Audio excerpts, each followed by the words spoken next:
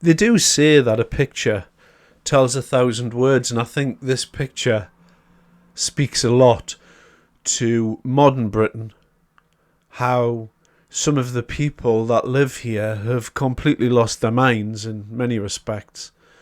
The incompetence of our police forces, and the way the ordinary man and woman in this country is always placed at the back of the queue. And so if we analyse the different parts of this picture, there's a couple of different threads running through it, but I think by far and away the people who have or should have the most control over the situation are the police. And just look at them. You see the police officer on the left-hand side of the screen there, standing round with his arms folded, biting his fingers, and that stance, that whole image there tells me that he doesn't know what he's doing. He looks indecisive, as do the rest of the police officers who are just standing round, talking to people, impotent, in effect. These aren't a police force anymore. You see regular videos on YouTube and on X about police officers who are now unable to arrest people. They try and grab someone, and of course criminals have already worked out that the police can't really hit them, and so they struggle, and the police have to somehow get these people onto the ground, and they find it very, very difficult, because when people do struggle, when they do throw their weight around, especially if they've got a bit of muscle, it's very, very difficult to get people on the ground. An old-fashioned policeman would have just clobbered you with his truncheon, and that would have been the end of it, and then you would have passively got in the police car, I would imagine.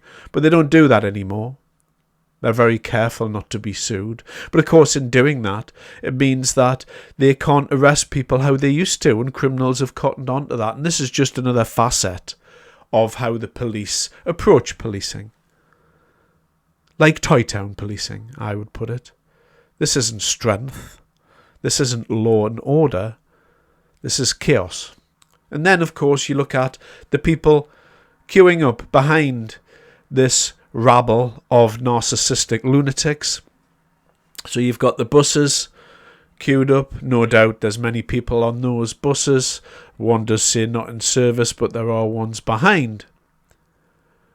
And so in that lane, there will be people trying to go about their business, just like you see the cars on the other side trying to go about their business. And these people have essentially blocked the road off. So wherever those people are going, whether there's an ambulance 2 miles behind, who knows what's happening. But these people have decided that their cause is far more important than anything else. What they think is way more important than what the people think behind them, because they've worked it out. They're the ones that truly understand life. And when you think that, just look at those people. They're the ones that look in the mirror every day, and they see back at them a genius, and they say to themselves, isn't it strange that there's only a very, very small percentage of the population have worked this out, and I'm one of them, and I can tell them why that is. It's because you're a narcissist. They believe in their heart that the Middle East cares what Britain thinks of a war in Gaza or Iran. Most of the people in this country don't care about that war, and nor should they, because it's not our war. It's a war that's been going on for thousands of years. And everyone knows that, just like the war in Ukraine's been going on for millennia. If you go back into Russian history, you'll be to see that Ukraine was the capital of Russia many times in the past. It keeps getting moved around. They've been arguing about that land for millennia. Just like the Muslims and Jews, mainly Muslims trying to kill Jews, have been going at it for millennia as well. This is the same thing, and these people believe they've come up with the secret sauce. Come on. Uphold the law, stop the genocide the man in the pink top is holding up. They don't care what we think. They're thousands of miles away, and they've been doing it for thousands of years, you moron. And then, of course, you've got the man sitting on the ground with the smug liberal smile on his face. Defend the right to protest. So what, you can stop people going about your daily business? So the police officer here is trying to explain to the gentleman. He's trying to explain to him. Can you move on, and you're causing a bit of a problem? And the man is sitting there smugly smiling because he knows his rights and he knows he's allowed to do it.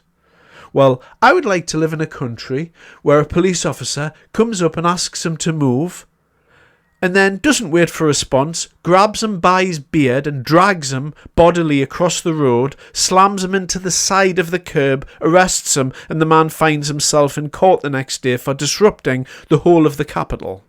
That's what I'd like to happen, and I'm betting there's a good 90% of the British public agree with me. And people always go on, oh, protest is a fundamental human right.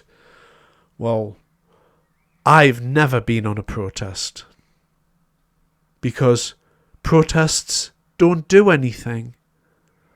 They're pointless. They're just acts of pointlessness, just like all of those people here. In the centre of the picture, of course, we are all Palestine Action now. So yesterday, Palestine Action was prescribed as a terrorist organisation. And again, more impotence from our politicians, because they can't even prescribe a terrorist group without it having to go through Parliament and the House of Lords, and then it's going to be challenged by the human rights lawyers because it's an action group and really it's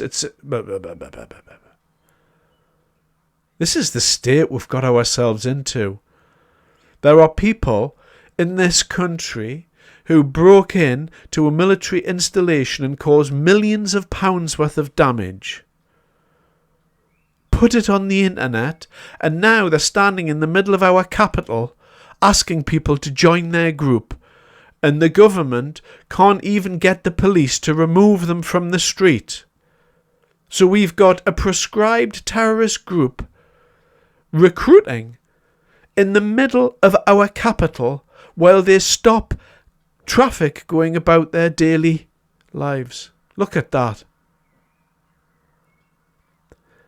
This is going to get worse before it gets better. I do think it is going to get better, and I do think at some point we are going to have to make a change.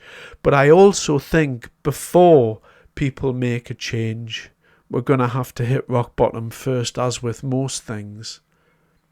But these protests here are wrong.